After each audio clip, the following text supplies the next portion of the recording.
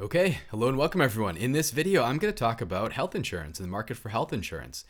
And one of the things that's really important to the background is that this is where the problems of asymmetric information, in particular adverse selection and moral hazard that we introduced at the very beginning, become really relevant. So remember, asymmetric information is when one party to the transaction has better information than the other. This gives rise to the problems of adverse selection, which remember was a problem that would happen before the transaction, whereby if there's multiple types, those who are less desirable in the sense of like being risky might be better represented amongst those that are interested in contracting for a particular transaction. So for instance, in insurance, those who are anticipating big bills, who are expecting to be sick, are going to be way more interested in taking out a policy than would be healthier people. That's exactly one of the problems that affects the market for insurance in the US market, where young, healthier individuals are way less interested, and therefore way less likely to take out health insurance policies.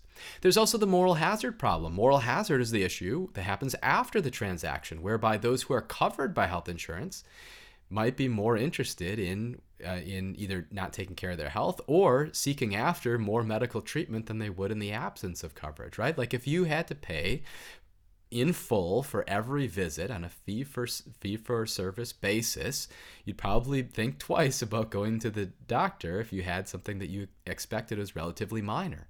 On the other hand, if everything was covered in full, you might not give it another thought apart from the opportunity cost of time.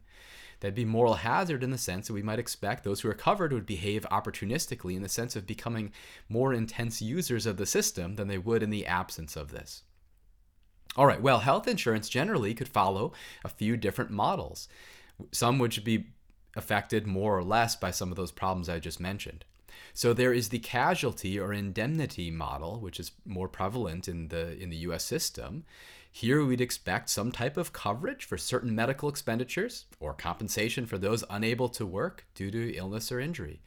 So people are going to have coverage for medical care, for certain covered medical care, sometimes approved in advance or so on and so forth. But the basic idea is there's going to be some premium determined by underwriters who are trying to determine the risk that's reflected by the particular pool that they're writing the policy for, hopefully reflecting the actual medical spending. And this will be true on average because the actuaries that are behind this are actually pretty good.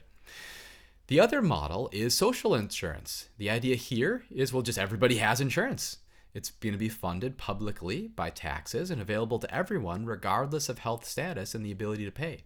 The interesting thing is if you're looking at casualty and indemnity, who's going to be interested in taking out the policy?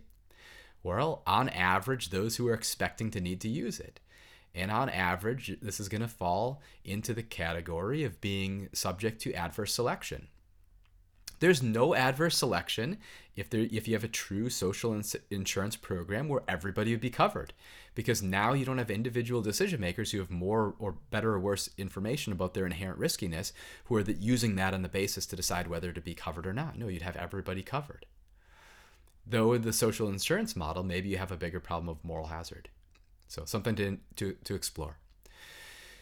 The basic idea with private insurance of all kinds is essentially to spread risk. So whether it's health insurance or car insurance, flood insurance, whatever is the case, you want to spread risk. Of course, there's uncertain events that can befall everyone with some degree of likelihood. What insurance is doing is it's offering a counterbalance against those unfortunate occurrences. So it's like we all pay in, one of us has a bad event, and the premiums that everybody's paid in help compensate those who had been adversely affected. Here there is an adverse selection problem, right? Because those who believe that the undesirable occurrence is most likely to affect them are going to be more interested in the policy. Those who believe it's unlikely to affect them are going to be less interested in the policy. So that's going to be a problem because the pool of resources available to make payouts is going to be small if you have a lot of people who don't believe that they need the insurance. The big issue is that the insurers themselves, even despite the best efforts of really competent actuaries, are going to have worse information than the individuals themselves at the individual level. The insurers might have better information at the population level, but they'd have worse information at the individual level. All right.